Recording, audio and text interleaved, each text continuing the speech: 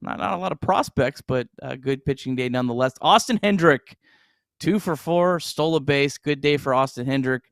Blake Dunn, the train finally slowed down. He was 0 for 5. Edwin Arroyo was also 0 for 5, but Dayton did get the win today. And then Daytona, our Tortugas, they lost 5-3. They're now 8-15 after their 5-0 start. Cam Collier 1 for 3 with a walk and a stolen base. Hector Rodriguez, though, he stayed hot, 2 for 4 at his 5th home run of the year. One other note, Reds number 23 ranked prospect Leo Balcazar was placed on the IL with a torn ACL. So fortunately, one of those guys from that really great deep lineup is going to be out for quite a while. That's all I got. Reds MILB update presented by Betfred Sportsbook. Shout out Betfred Sportsbook. What was I going to say? I did see something in the chat. David said, I heard Ricky Henderson framed his $1 million signing bonus check instead of cashing it. Actually, the story that I had heard, again, I don't know what's true and not true. It's hard to say. It wasn't a signing bonus. It was actually he got an incentive bonus for getting the stolen base record in an athletics uniform. And so when he got that check, he framed that check on the wall, and it took like maybe 3 or 4 weeks, almost like I said, about a month, whatever it was. The owner then asked Ricky and said, hey, Ricky, are you going to cash your bonus or whatever, your incentive check? Ricky said, oh, I got that thing hanging up on the wall. So Ricky didn't probably realize that he could have gone and gotten a fake duplicate check and put it up on the wall. So I believe that's the actual real story. I don't know for sure if that's it, but that's the story as I know. And you know what else is also interesting, Nick? I was a little disappointed in this. So I'm so old now that the other day Reed Mouse was bragging that he has a baseball reference page. Right. I don't know if you know this. Oh, he tweeted about it pretty. Of course he did. Intensely. So here's the thing, right? So I've always said that it's really tough being the best athlete at Chatterbox, and one day that honor will probably go away. We'll hire somebody that was a great athlete, and it'll go away. But I was disappointed that I didn't get that baseball reference page because I'm so old, and I definitely wasn't a great player. But Nick, I want you as an analytical guy. I want you to look at what I'm going to share with you here because I just had to do some Googling, you know, of all people. Like when you have a huge ego, you just Google your name and you just try to find nice things people say about you. Well, I finally found some stats. I want you to tell me if you think these are good or not. You ready? All right. All right. You let me know what you think about that. And I want to know why I can't get my baseball reference page. I love the word a clip good enough to be tied. Like, man, they really went all out on this. This was an impressive bio here. Good work, Chris Webb. Shout out. Shout out Chris Webb, yeah. Otherwise, no one would believe I played baseball. 20 were 2 baggers. I mean, this guy, I love this. I love the way that he did this. This wasn't just, he didn't just pump in the stats. He really thought about how he wanted to word this. He found the synonym reference guide. Shout out Chris. I'm impressed. These are good numbers. These are what's the what's the level of competition? Is this the same D2? league? Same league as Bluffington, Blewington? No, this is better than that. I'm not trying to be too bad. I mean, come on now. This is this is Division II baseball, brother. This is Division II baseball. This is like I don't know. And Mouse was in D3. He's in D3. No disrespect. Yeah. Wow. Out hit him. And what are the park conditions in these leagues? Well, they're not great. I mean, if we're being honest, I mean, you're not playing on that's maybe the most impressive thing. I mean, not to brag on myself, I'll be like Tracy Jones here for a minute. But I mean, I don't know if you see that fielding percentage, but I mean, I'm not playing on these pristine conditions fields, and Barry Larkin's out there saying the grounds crew needs to go out there and check on that. Oh, yeah. I'll show you some stuff the grounds crew can check on. They just go out to Urbana's baseball field. All right. I don't see the hard hit rate, so it's really hard for me to really judge without seeing. Gotcha. Seeing the hard hit rate, the barrels, right? I could probably calculate the weight. You know what? Send me this. I'll calculate your WRC plus. and then I'll give you an educated answer. But looking at this, I think it's going to be pretty high. I think you might grade out about a 135 WRC plus. That's pretty impressive. All right. Just curious. That's first week Jason Vossler. First week. Keep that as a clear understanding, Jack. First week. Yeah. 5 errors, by the way, 159 chances, no big deal. I mean, a Kevin Newman type glove, if you will. Man, that hurts. Tracy, the most I got going for me is my tweets are on Bleacher Report. That's my athletic accomplishment. Is that it's okay? It's not a big deal. Yeah, not a big deal. Yeah. Outside of that, what's up next? Well, we have an off day tomorrow. Ooh, shout out, off day. Enjoy your off day, and then Reds White Sox. This will be on Apple TV Plus, so we'll get our first taste of Apple TV Plus this year. I know they got a new broadcasting crew. I'm intrigued. Trace, are you intrigued about Apple TV Plus game? Have you watched any Apple TV Plus games? I watched one Apple TV Plus game last year. Gotta be honest. Thought it was trash. However, it was just because of the announcers. I thought everything else was pretty clean. Everything else was nice. It sounded like they just grabbed a couple people that said they had watched baseball before, and I was not happy about it. But whatever. I'm not going to complain. If I get a chance to watch the Reds on anything other than the MLB app, then I'll be happy. So yeah. Hey, one thing that was neat last year to give some optimism to it is I did like they had like a small little graphic that had each person's walkout song. That was kind of cool. That was like a little wrinkle in the deal. I like the hit probability and on base. You know I nerd out at Gotcha. that. Yeah, you like the stats. Yeah. Never really thought about it, to be honest, when I was watching Nick. All right, well, the White Sox, 9-21, looks like they're about to pull off a win against the Twins to put them into double digits, but they look like they'll be coming in 10-21. So, hey, look, obviously these are games that Reds, should be able to win this series. Hunter Green up against Lance Lynn. Lance Lynn did strike out 10 in his last start, despite giving up 4 runs in 6.1 innings to the Rays.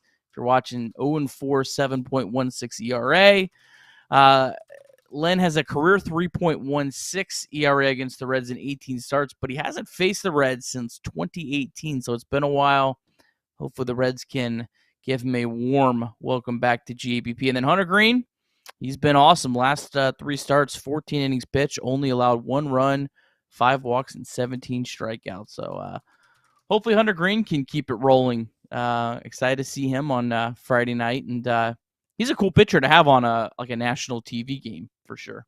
Definitely. Hunter Green's a fun guy to watch. For those of you that don't know, we don't run the promo quite yet, Nick. We do a show called Off the Bench, and the thing about it is that Thom Brennaman usually is the host of that show. Tomorrow, he's out, which requires somebody to come and fill in. I volunteered to do that, I guess. I was asked, like, hey, do you want to host? And I gave it a long thought. I said, sure. So I am going to host Off the Bench tomorrow. I'm not sure 100% what I'm going to talk about. I'm going to have to come up with a monologue tonight. But one thing that I did find is that on Thursdays, if you did not know, Tracy Jones joins the show. And my son legitimately was going through some baseball cards, and look what my man found. Look what my man found. Oh. Look at that. Oh. Look at that. Oh, still in good condition. Yeah, not bad. And the other thing that's crazy too is, it's going to be backwards for you guys, and it's going to be hard to see. As a statistical guy, man, this is really tough to figure out which way to go. As a statistical guy, which might be really, really hard to see, my man was hitting like 350. Here, I'll just read it to you. 350, 3 doubles, 2 home runs, 10 RBIs, stole 7 bags, walked 9 times with 5 strikeouts. It's pretty good. Impressive. Pretty good. Yeah. Is that his rookie card? Is that what that is? And only had 1 year of stats, right? Yeah, OJ's 94 Bronco. But I didn't know if a rookie card meant like he wouldn't have stats at all. Like it would just say minor league stats. Yeah, I'm not sure. Alex asked about trade speculation. I mean, I think this trade deadline's going to be a lot more boring for the Reds than last year. I can see the Reds maybe, moving some relievers. Like let's say Alex Young continues to pitch really well. I think he'd be the kind of guy you'd maybe move. I would love to see the Reds extend Lucas Sims. But if his value is super, super high, I think you would owe it to yourself to entertain offers and see what a return for him could bring. He's only got one more year next year before he hits free agency. Going to be a little bit more expensive, not super expensive next year. Brian's like reading my mind. I said maybe Nick Senzel. I mean, I don't know if you'd be selling low or high or in between on him. I have literally no idea. I don't want to get into I do not want to get rid of Nick Senzel for the mere fact that he's kind of like I said, the lottery ticket that you get in the pool for the office. That would suck to have wrote out this guy since 2019. How finally terrible. starts hitting. If Nick Senzel's like legit, he makes 2 All-Star games for whatever. Just pick any team in the league. That's disgusting. We've been dealing with this guy. We've been doing everything we can to try to get this guy right. We finally get him right. We trade him for a bag of baseballs, and he goes out and he turns into this All-Star. I'd rather us just keep on keeping him around and him not play well than even take the chance of getting rid of him. Got too much invested. I know that's not the way you're supposed to play. I know that's not the way you're supposed to play poker. If you got a bad hand, you just fold no matter what. But boy, do I feel like we got a lot of chips in the middle for Senzel. I feel like we gotta see it out. Trying to think of anyone else. Will Myers, he's obviously got to get healthy and hit. Newman, I mean, I don't think he's gonna bring much back, but he'd be a guy. Maybe Newman? one of the catchers. What do you get back for Newman, honestly? I mean, nothing. Someone pays the rest of his salary. So you Okay. I mean, that still matters to these teams. I mean, and their bottom lines and all that kind of stuff. No, I thought we were okay. That's fair. If we're playing financials, that's cool. I didn't know. I was wondering if we were talking about prospects or something. Well, I mean, in fairness though, Nick Kroll got back Casey Legumina for Kyle Farmer. Kyle Farmer was pretty expensive. I mean, he was making over $6 million. I think a lot of people were surprised that thought Kyle Farmer might get non-tendered last year just because of how much money he was making. The captain of the team? Face of the franchise? $6 million though. I mean, that's quite a bit of money. I don't know who else. There was someone else. But yeah, maybe one of the other catchers. Like you have a team that loses a catcher. Kirk Casale would be a guy that might have not a ton of value, but some value. Better than just picking up someone off of the waiver wire. At least you feel confident that Kirk Casale could catch or be a backup catcher for a really good team that loses their backup catcher. So, yep. Anyone else? Anyone I'm missing? I mean, obviously India. We've exhausted that and. Nope. Yeah, I mean, at this point, it's tough to say. Duran, welcome to the chat. What time do the Lakers play tonight? Just put it in the chat. Thank you. And then what do we see here? 90s Ford Bronco said we could get a washing machine for him. Fair. Hey, everybody needs one of those. They're getting expensive these days. Yeah. Yes, they are. Man. I can't believe that you compared me to playing D3. That's just disrespectful. You think you give me time? I'm a research guy. I can't just be presented with something. I have to dig through it. I mean, I said it looks like a solid 135 weighted runs here, but I think Reed Mouse probably looks like a solid 52. So, I mean, that's probably where we're at here. Okay. Reed just didn't hit for power. He was Nick Senzel last week. Did you see? Yeah. I mean, listen. I'm going to keep my mouth shut. Probably best. Do I have an old... hell yeah, Matt. Let's get that done. Let's get that done, Matt. I'll find a picture of me now. Tell you what, maybe I can do that while we're sitting here doing nothing on the chat.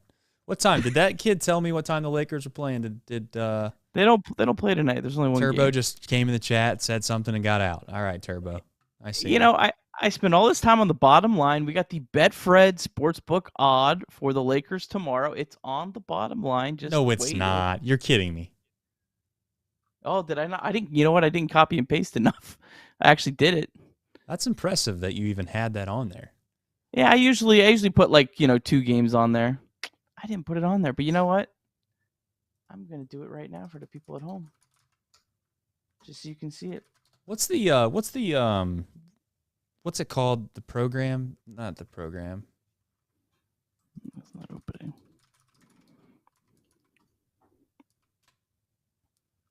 I think that's what it's called. Who knows, man? Ooh. I think I found something. There we go. There's your odds at the bottom. It'll trickle through. Man, Oh, OJ. what do you say? I'm not reading that out Something loud. bad. What did OJ say?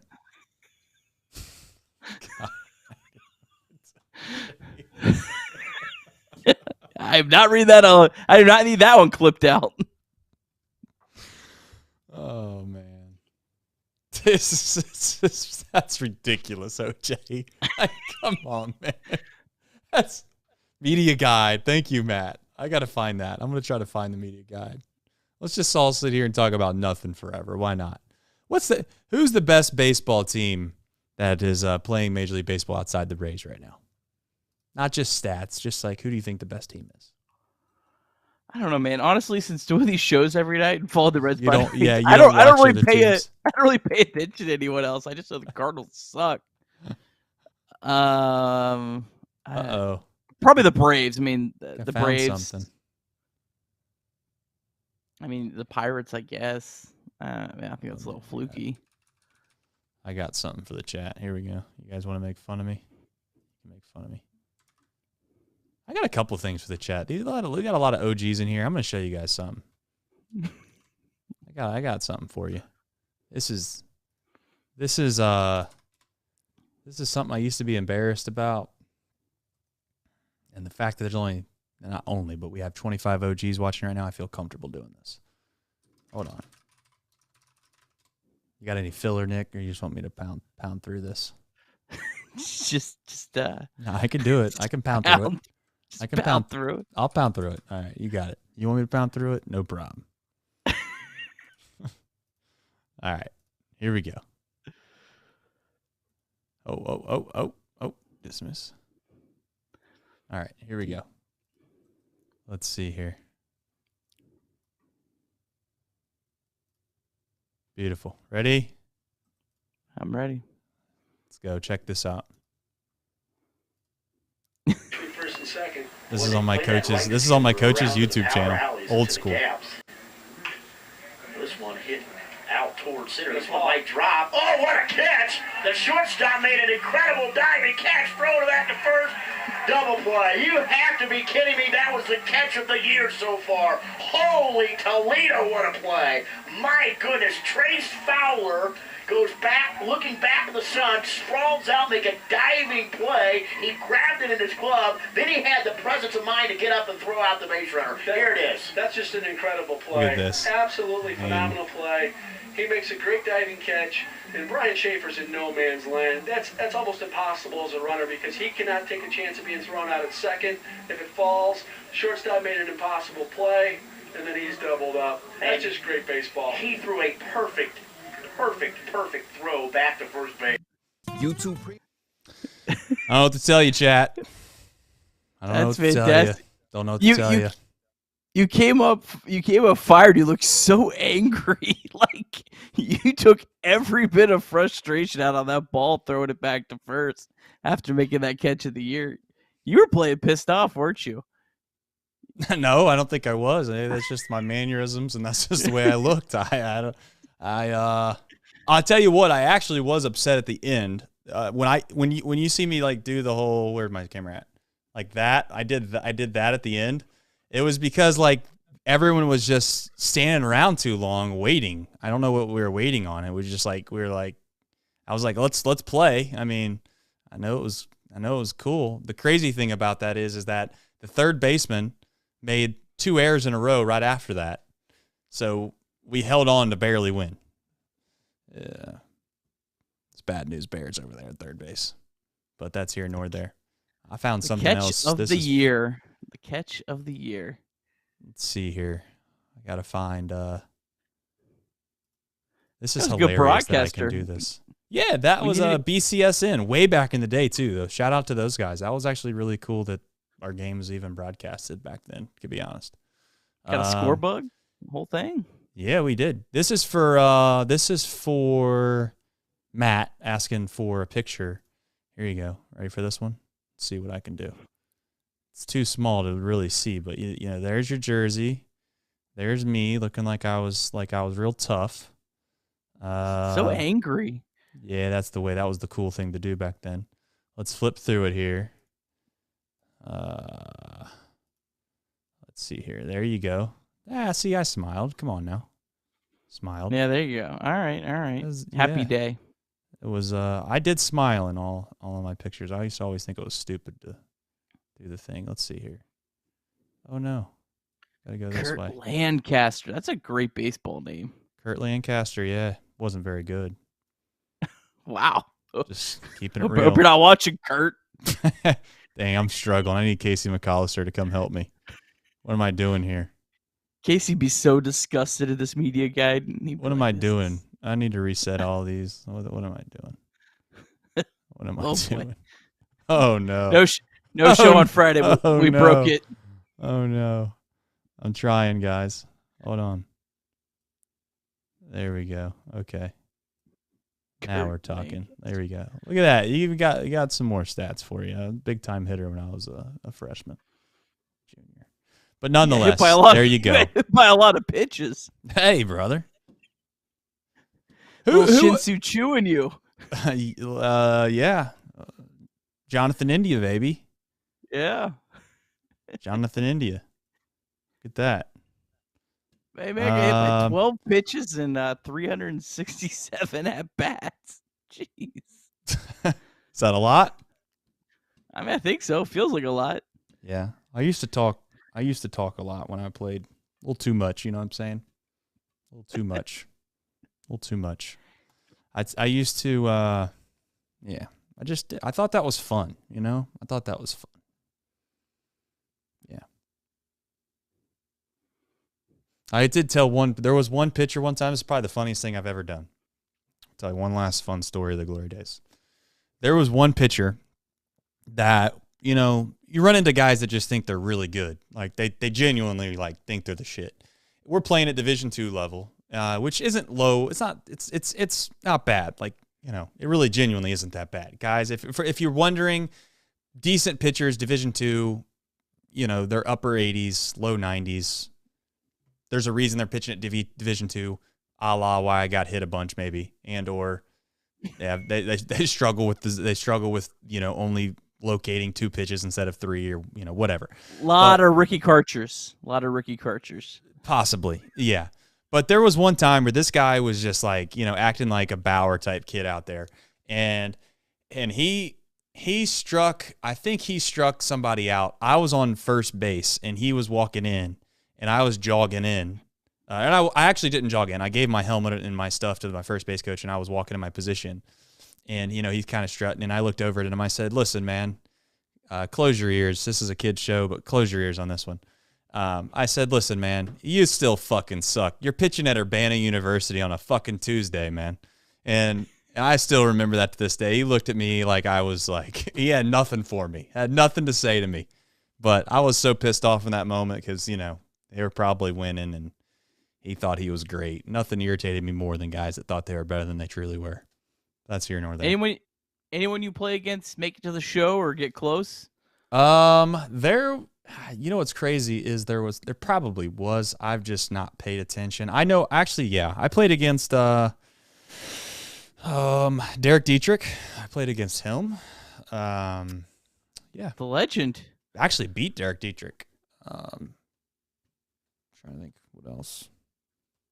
Was he as intense then as he was? Yeah, you know what's with the funny is Reds? there were so many guys on his team that were so good because it was a summer league that I don't even really remember him.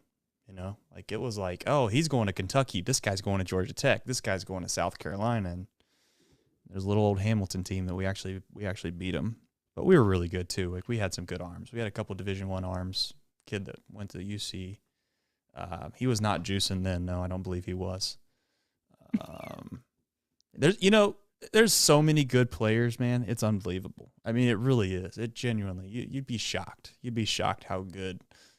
I know that you probably already know that, but it is mesmerizing how many good players there are. Truly, Josh Harrison at Princeton. I think Josh Harrison was right before or after me. I played for the Flames for a year, and then I played for a team called the Hamilton Spikes, and it really was just our high school team with a couple Baden kids, which is a couple, basically a bunch of Hamilton kids, and we were really good. That's the crazy thing. We were really, really good. Mark Lewis he's the one that coached us, and that's when like I learned a lot from Mark, if we're being honest. Mark, not so much like X's and O's stuff from Mark, but just the way in which they handled their business at a major league level. And that's probably changed over the years. I don't want to sit here and act like I know everything, but like, I used to go on 2, 3, 4, 5 hour drives with Mark and just probably beat his brain to death and probably get tired of talking to me about stuff. But Mark had an interesting career, pretty wild. If you don't know Mark Lewis, look him up. Was there much juicing going on in D2? There wasn't because we had drug testing. I know that sounds absurd, but we did. We had drug testing. Wow. Yeah. D2 did. The wild thing is when I first got there, they were actually NAIA the year before I got to Urbana, and then they went to Division II when I first got there. And so there was some kids that were juicing that couldn't juice anymore, and you could tell, and they ended up not making it. But yeah. But it is wild. Baseball is a wild game, man. The first time I realized I was not good at baseball was I was not juicing. I was probably 140 pounds soaking wet half my career, Eric. There's no doubt. The first time I realized I was not good at baseball, I was 16, and I went down to play against Midland. And the folks that know Midland, I'm talking about the real Midland. And they had a kid that I'm not kidding. This is a true story. He hit a ball so damn hard, and he looked like he was just as big as I was, if maybe a little bit bigger. And he was so smooth in the field. He hit a ball so far that I realized, like, I'm just not that good. I mean, that guy's so much better than me at this game. It's absurd. And he ended up with the funny part of this whole story is I actually went to a Dayton Dragons game when I was in college, just as like, having fun with the boys. So we're like, let's just go catch a Dragons game tonight. They're in town. And we used to live next to the Dragons, so this is a wild story, but I actually moved into the same apartment as Jay Bruce did, right when Jay Bruce left. Billy Hamilton lived right below me when I was in Dayton. So we would go to these Dayton Dragons games, and the kid that I played against when I was 16 at Midland was playing for the other team in Dayton. So I don't know if he ever got to the big leagues. I highly doubt it because I would have remembered. I don't remember his name off the top of my head now, but it's wild, man. I mean, it's crazy to think that kid that I seen when I was 16 might have fizzled out in like AA. Hell, he might not have got above A ball. I don't know. And I mean, that's just absurd to me. So, as much as I make fun of Kevin Newman, I do have respect for Kevin Newman. I know how damn good he is at baseball. I just like telling you he's not good, but he's not good for major league status. How about that? Got a noodle arm. But he does make plays. So there's that. Had a good night last night. I did. I like your shirt, Nick. Bats. Yeah, haven't worn in a while. It's enough story time. We're going to cut all that for the podcast. Rick Reed. Was Rick Reed, Brian, from Fairfield?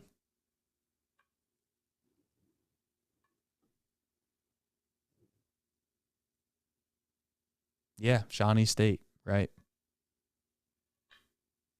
They did play Shawnee State and Rio Grande. Rick Reed that made 245 big league starts? Probably. That's got to be who he's talking about. Where did Rick Reed go to high school? Yeah, Baseball Reference doesn't say high school. Gotcha. Okay. Went to Marshall.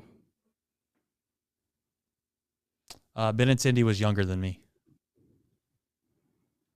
Yeah, did not play against Benintendi. I'll tell you what I'll do, chat, because this is the one thing. I'm well aware of how good I was when I played. It wasn't great, but I also know, like, to the average layman person that, I was relatively pretty good. But the thing is that I never really thought about who all I played with or against. I'll have to give that some thought, see if I can come back and say, hey, here's some guys. But at the end of the day, that's another euphemism or whatever the term is that I always keep. That's another tick on the old ledger of me saying at the end of the day. It's two phrases, right? It's at the end of the day and it is what it is. Those are the two things that I get crushed for on this show. It is what it is. That's right. But I'll see if I can't come up with some people.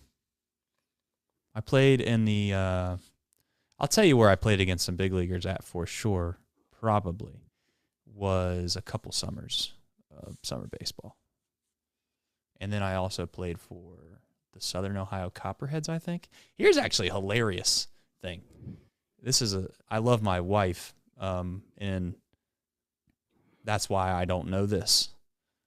But Allie LaForce, when I played for the Southern Ohio Copperheads, was like the media relations person, like the media person. And I don't even remember Allie being there. Just wild.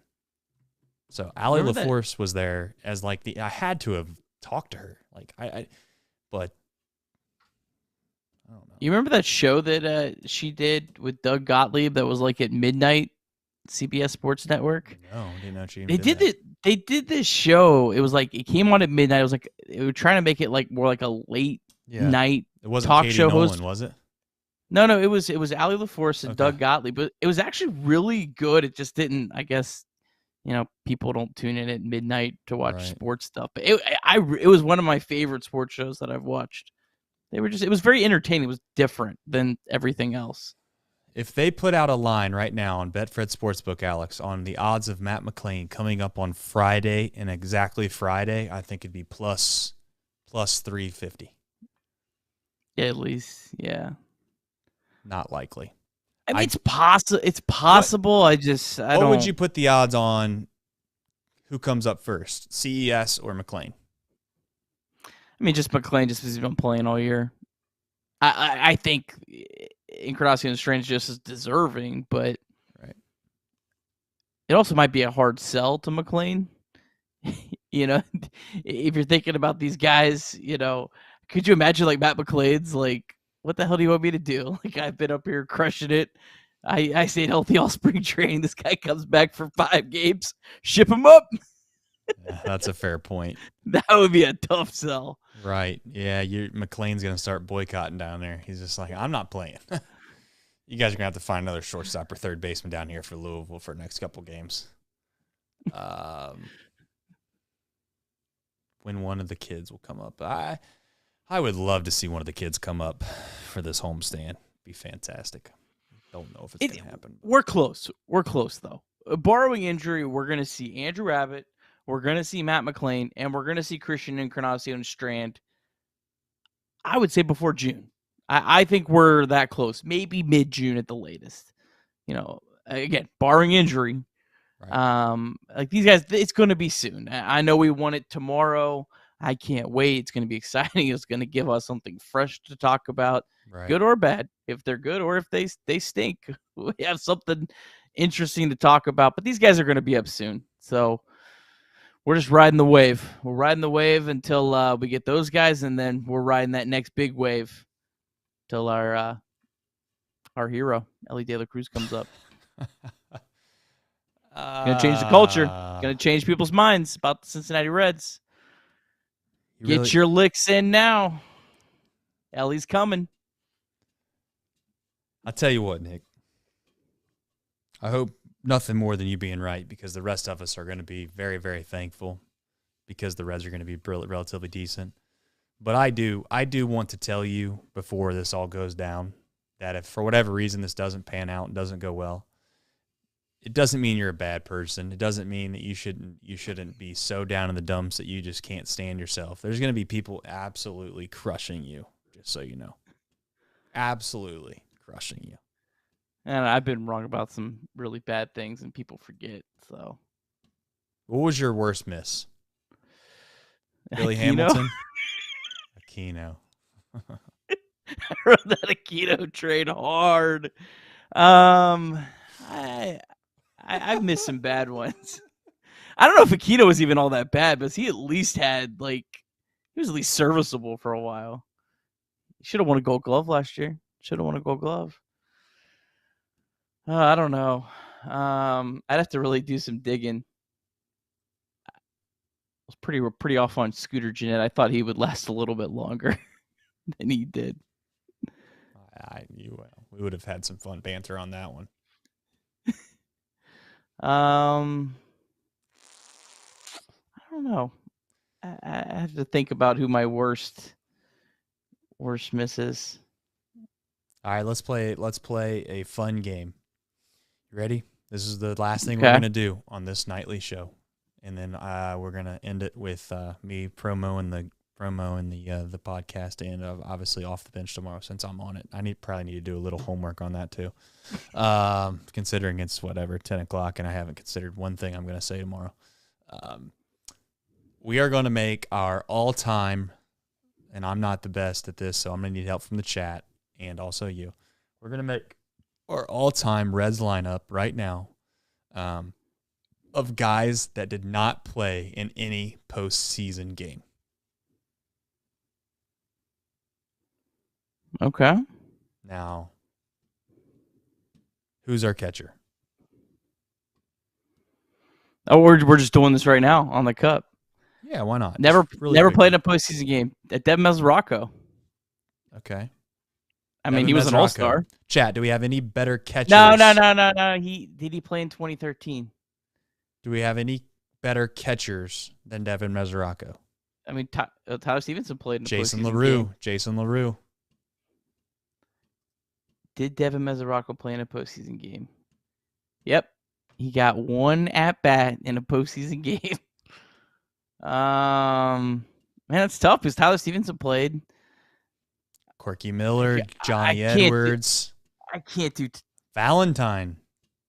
Was it Valentine? Tucker Barnhart played. Right? Yeah.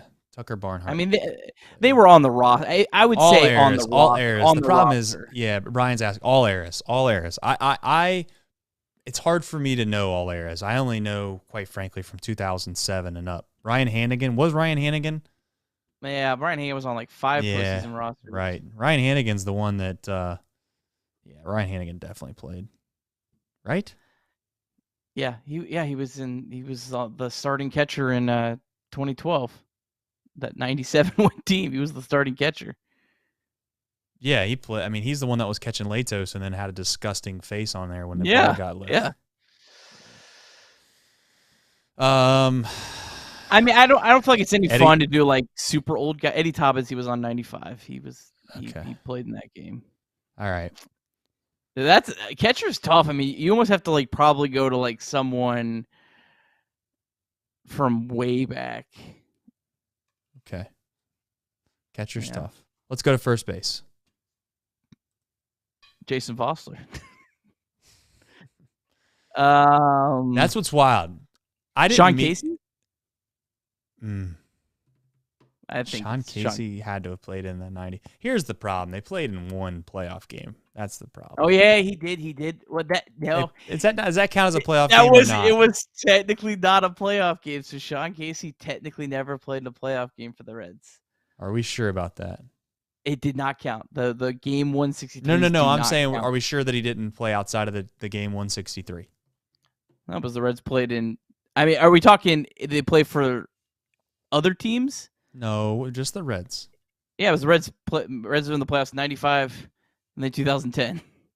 He wasn't on 95. Oh, yeah. Scott Hatterberg. Okay, second base. It's definitely Sean Casey, right, chat? Yeah, I mean, then I don't think that one's even. I think Brett Boone. Super debatable. Are we just going to name? Are we just going to name all the guys that played on the? Brett Boone was on 95. He had a home run in that postseason. Scooter Gennett might be the best Red second baseman that never played. I mean, there's other guys up here. Like I'm looking at the list, but he's the only. Scooter Gennett is a 15th all time in wins above replacement among Red second baseman. It probably might be Scooter. He was an all-star. It's not like he wasn't, decent. I think it's Scooter Gennett. Okay. This one's Pokey Reese. Jonathan India is not not too bad. Oh yeah, Jonathan India wasn't on 2020. Yeah, it's Jonathan India. Yeah. I was thinking Tyler Stevenson was on that roster. Although Tyler Stevenson might not have made the postseason roster, but he was on that team. So I don't.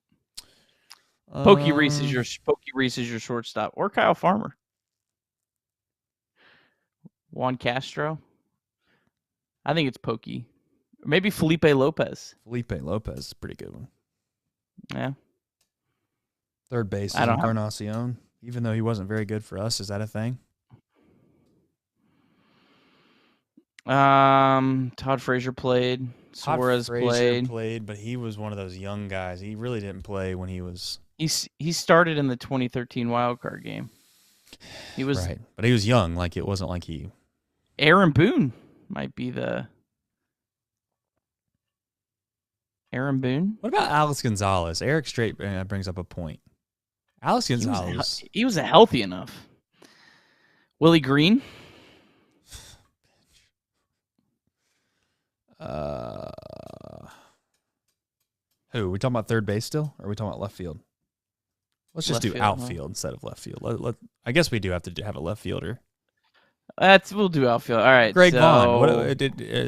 Was that team was? Yeah, it was the 99. So technically they didn't. Adam Dunn. Adam Dunn has to be on there. Adam Dunn never made the playoffs. Ken Griffey Jr. never made the playoffs with the Reds. This is disgusting. I mean, Adam Dunn and Ken Griffey Jr., there's two. Adam Dunn never made the playoffs. Billy Hamilton was on 2013. He was a pinch runner. Don't utter his. He's not. Come on. I mean, he had elite defensive value. I mean, we're kind of in the weeds for that third one.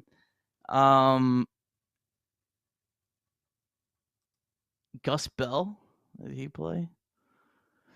Austin Kearns, Ryan Friel. Yep. Dimitri Young. Greg Adam Vaughn Duvall. has to be on there. Yeah, I mean, probably. I mean, Greg Vaughn's 1 year, so it's tell me how good that 1 year was. Oh, he was MVP caliber. But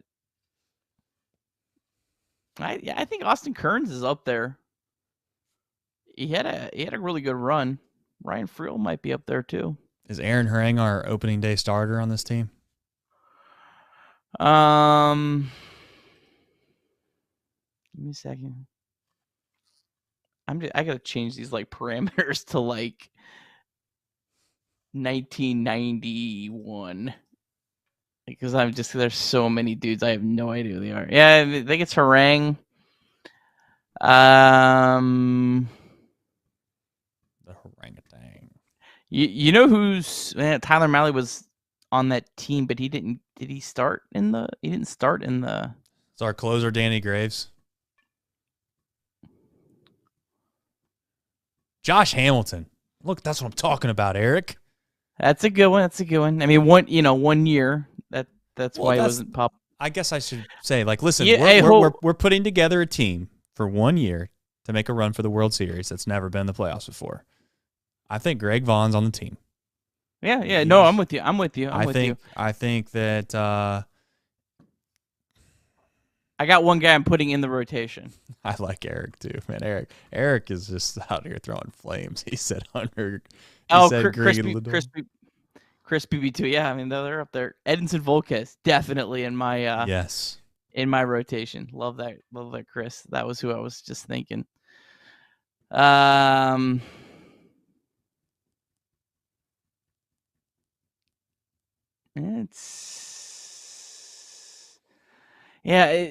Parker? Miley, but he was technically on the 2020 team. That's where you're really in the weeds here.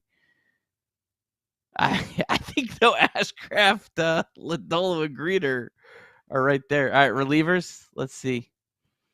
That's not for OJ's Bronco. Come on, Scott man. Williamson. This team would win the pennant. This team would win the pennant. Are you kidding? Scott Williamson, Scott Sullivan, Jeff Shaw. I don't think any of those guys pitched in the postseason. Yeah. Oh well, something stupid and fun on May 3rd, Alexis 2023. Diaz, Stormy Weathers. Stormy. I'm getting Stormy on that team. Yeah. Bill Bray. No, he was on 2010. I love Bill Bray. I did, yeah. You know who else I loved? Arthur Rhodes. I'm really in the weeds here, but you know who's 37th all time, or 37th since 1991 in reliever wins above replacement? Who? He's ahead of some legit names on here. What? You're gonna crap your pants. Ian Jabot. Is he? He's ahead of Jonathan Broxton. He's ahead of Ron Malone. That's incredible, man. His bullpen's good. He's ahead of Revlinger. Jumbo Diaz. Yeah. He's ahead of guys. Ian Jabot. That's my closer. John Franco. Did he play? All right, chat. We've had fun. You know what time it is? I got a show to do tomorrow.